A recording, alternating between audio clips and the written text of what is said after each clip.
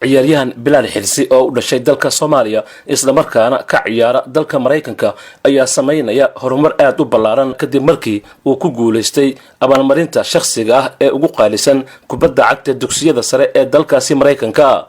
da'yarkan kubad sameeyaha ah ayaa u ciyaara kooxda sare ee Lewiston waxaana kooxdaasi u suurtageliyay in ay qaadaan oo ay ku guuleystaan laba horyaal oo isku xigta tan iyo markii uu ku soo biiray. waxaana toddobaadkan loo aqoonsaday ciyaaryahan Bilaal xidiga ugu wanaagsan xilli ciyaareedka jaa'izada ugu qaalisan ee halka laga bixiyo oo ay bixiso wargeyska The Sun Journal All Regional Boys Soccer Player of the Year 2020. Bilaal oo ay la tartamayeen ciyaaryahano kale oo Mareykanka iyo ajaaniba u dhalatay ayaa si weyn ugu farxay markii lagu dhawaaqay natiijada waxaana garab taagnaa macalinkiisii iyo walaalkiis ka weyn Cabduljabaar Xirsi oo caawiye tababare u ah kooxda dugsiga sare ee Lewiston. waxaana sidoo kale xusid mudan in laacibkan da'da yar ee Bilaal Xirsi bishii hore ee June loo magacaabay markii labaad oo xiriira xidiga kubadda cagta sanadka 2020 abaalmarinta lagu magacaabo Gatorade Main Boys.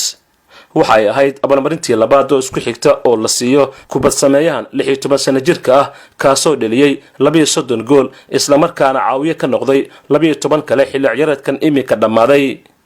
hadda Bilaal waxa uu saxiixay inuu u wareegayo kubadda cagta jaamacadaha gaar ahaan NCAA Division 1 ee Siena University. si kastaba Xirsi waa mid ka mid ah laba ciyaaryahan oo kooxdaasi Lewiston ee ku guuleystay abaalmarintan waana ciyaaryahankii afraad ee ku guuleystay laba jeer. waxaana uu ku soo qoray bugiisa Twitterka in uu duceysan yahay tani waa bilowga safarkayga ayuu yiri. macalinka soo tababaray Bilaal ayaa sheegay in uu lahaa mustaqbal wanaagsan. maalintii 4 saacadood oo tababar ayuu sameynayay waxaana muuqata in hadda horumar ballaaran uu sameyn doono sanadaha soo socda. ciyaaryahankan wuxuu ka soo muuqan doonaa horyaalada sare ee kale ayuu yiri.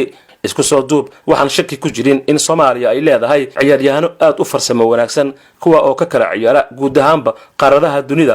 xiriirka kubadda cagta dalka ayaana sanadihii ugu dambeeyay xoojiyay in la baadi goobo ciyaaryahano tayo wanaagsan oo matala xulka qaranka ee dibadda iyagu ka ciyaara iyadoo dhawaan 4 ciyaartoy cusub loogu yeeray inay ka mid noqdaan xulka qaranka kubadda cagta dalka kuwa oo ka kala ciyaara Mareykanka, New Zealand iyo Denmark.